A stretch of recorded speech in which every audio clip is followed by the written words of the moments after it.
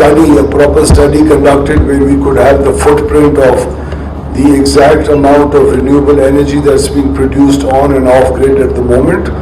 But I think USAID was doing it, somebody is doing it right now at the ministry. They're going through a proper study through which we would have a clear idea on how much distributed solar is available across the country. The agriculture sector has mostly shifted to it.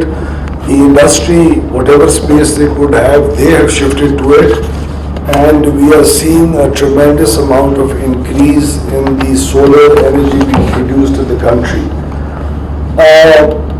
Unfortunately, I'm planning in the past, the assessment of how much the power demand is going to grow has been based on just dreams and not reality. The planning division of Pakistan and other ministries that coordinated with us in the past have just assumed a 5-6% growth in our economy every year. And on the basis of that, they have assumed a certain number for the demand of power to grow, which has been absolutely unrealistic. Along with that came a time when COVID played a very dampening role in the increase in the demand for power in Pakistan. And instead of growing now in the past 2 and 3 years, the demand for power has been reducing, the demand for power on the grid. That's because of off-grid solutions and the availability of facilities like the solar net metering connections that we've given. Over 350,000 people now avail that, and we have about close to 6,000 megawatts of installed solar power on the grid. Some of it has been approved, the other is about to get approved, and the trend is upwards.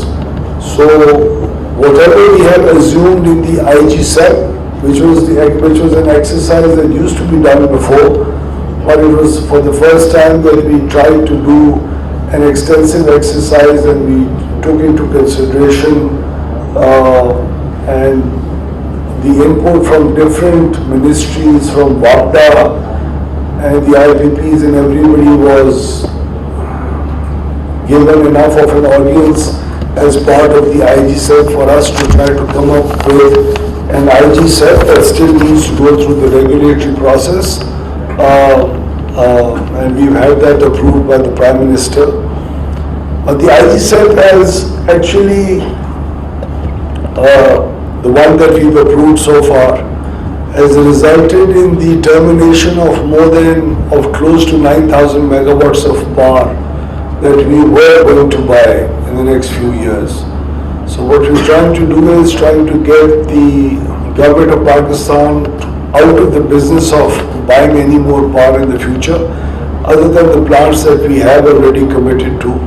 And those plants were allowed to remain in the system in terms of buying power from them in the future, whichever had already assumed a financial closure or the amount of work done on them had reached a certain percentage. We have assumed the induction of the Bhasha Dam electricity project, which is supposed to come online, the electricity part of it now according to the IGSEP in the year 2032. But unfortunately, we don't see any visibility of any financing available for the electricity part of the dam. So I don't know if that is going to actually happen or not. Whether it happens or not, if it doesn't happen, the electricity part, the water storage is absolutely critical and important for Pakistan. But if it happens or not, the electricity part, I think if it does not happen, we might be better off. But if it happens, it's going to be on the basis of a least cost violation price, if there is any, so that the extra burden of it does not come on to the consumers of Pakistan. And we are trying to implement an environment and put into place an environment where the consumers stop suffering any irrational planning that the government does in the future. So being within the discipline of competitive power being brought onto the grid and least cost violations being paid for any strategic projects, we are wanting to move ahead and make sure that the consumer is not burdened by anything of the sort. When you talk of transition, energy transition, for me it's not just the generation part. We are in transition in so many ways, not just the generation. The transmission system of Pakistan itself is under serious transition. The distribution sector is. We're going through a privatization process. We have regulatory issues. You would have heard what we had to say yesterday about a recent determination by the regulator on the Karachi electric multi-yearly tariff. So we are evolving, and as we go through the privatization process, the distribution companies would also have to firm up their plans to make this transition absolutely painless for the consumers. In the meantime, there is a huge amount of political pressure on us to just keep allowing the solar net metering systems to come onto the grid. The grid is not transparent. We don't have complete visibility of the grid. We don't have technology to know and to tell us and to help us plan what kind of load there is on our transformers, on our feeders, on our grids, what kind of challenges, which there are for sure. The solar distributed induction into the grid is going to cause us, we don't have any information, we don't have visibility of what's happening on the single phase meter side. There is no technology available as far as meterization is concerned. In the next 2 years, we are expected to reach 3.5 million meters out of 33 million, which would be smart meters for us to be able to assess what's going on the grid. As totally unaffordable. We need to bring into place, and we have already started working on an indigenization and interoperability based meterization program, for which the public-private partnership model would be assumed by the end of next month, and we'll be going and seeking investment on this side so that all the distribution companies are transparent enough and we have a good enough amount of data and information flowing into the planning part of the grid and the distribution companies. Base load requirement, I think Pakistan is always going to have, every country has a base load requirement, and unless technology improves to a point which the experts say it is expected to, in terms of battery storage at the household level, at the utility level, unless that happens and that becomes feasible enough in the future, we still would have, at least in Pakistan, gas and coal-based plants. We are wanting to produce this power on coal and gas in a very responsible manner, making sure that the environmental hazard is absolutely minimum or is not there, and it is environmentally efficient enough for Pakistan to afford. Pakistan is hardly a contributor to this horrible climate change environment that the world is seeing today. In fact, we are on the receiving end. Pakistan has seen a lot of disaster for the people of this country in terms of floods and climate change effects that Pakistan has seen in the past few years. So the fossil fuel part of it is going to remain there. I hope it actually minimizes as we go along. But Pakistan is a very rich country, and we are going to look at the economics of it all also. So if it makes sense to go renewables all the way, we'll go renewables all the way, but we'll also have to keep in balance the advantages and disadvantages economically that Pakistan and its industry and consumers would have to face. Pakistan is quite clean, by the way. We're not you actually mentioned on one of the pamphlets the figures of solar and wind, but as far as clean energy is concerned, we are over 50%, I guess. So nuclear, hydro, solar, wind, and the amount of on-grid and off-grid solar energy that Pakistan is producing and substituting the fossil fuel part of the energy, I think our country should be actually be proud of itself. But we want to make sure that we remain out there. At the same time, the energy transition, the cost of power, these are not the only issues. I think I would urge SERP to also closely work with us to see what the entire integrated energy plan should be looking like. There is no integrated energy planning in Pakistan right now.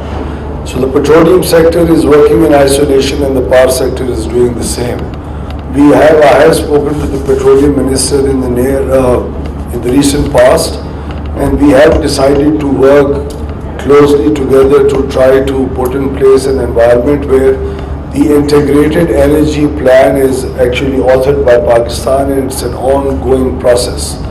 And it's a ever-evolving exercise. For that, there has to be a lot of real, credible, verified data available for the integrated energy plan to actually be effective and relevant enough. So the transportation sector all the way down to the provinces, whatever the consumption trends are for all energy resource being spent in the country, that is much required.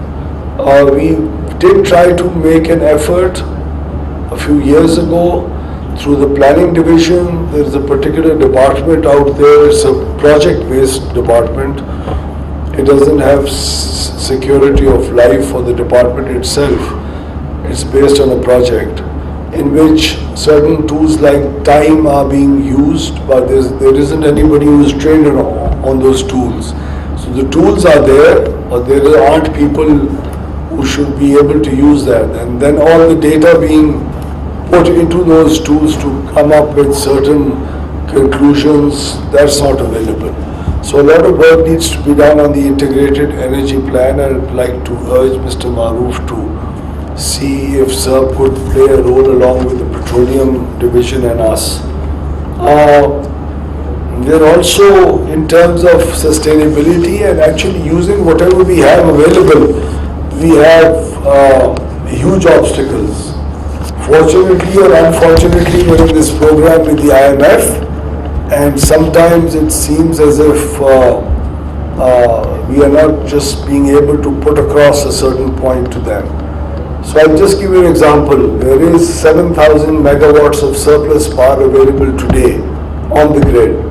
We have clear visibility of it for the next 3 years. We know that if the industry, the entire industry, not just the ones seeking renewable energy, but if the entire industry grows at 25% annually, we'll still have enough power in the next 3 years to be able to supply them with power on the grid. And the availability of this power, the surplus power on the grid, can be made at about 7 cents per kilowatt hour. That's absolutely competitive in the region. So any incremental power that the industry or the agriculture sector, which are the productive ones, if they use that, they can get power at 7 cents. There are no subsidy impacts to it. There is no cross-subsidy involved in it. Nothing in conflict with the framework that we've signed with the IMF, but we're not allowed to do that. We're trying to still convince them to be able to give us enough space within the framework to be making this energy available for the industrial growth to take place and for our industry to be competitive enough. The new tariff policy is expected to be announced in the near future by the Prime Minister, in which our industry might go through a little bit of pain in the next few years, but they'll have to tighten their belts and get themselves in order to be able to compete and get their exports to go up. But in the meantime, if we have such energy available and power available, we need to make it accessible by the users. So we have these kinds of issues too. In the past few months, we've also been able to close down close to 3,000 megawatts of furnace oil-based plants in Pakistan. Nobody's given us the credit for it. Nobody in the international community or the green financing people have come and patted us on the back. Even just a few words of encouragement, leave alone making their great amounts of billions of the dollars available to us for this transition, or to encourage us to further push us towards renewables here in this country. That's been a lacking on our part much more than theirs, because we don't have in place institutional ways to get access to this green financing. I never gave them a proposal, so that's a weakness on my part. But the creation of PPMC, an organization, the technical arm of the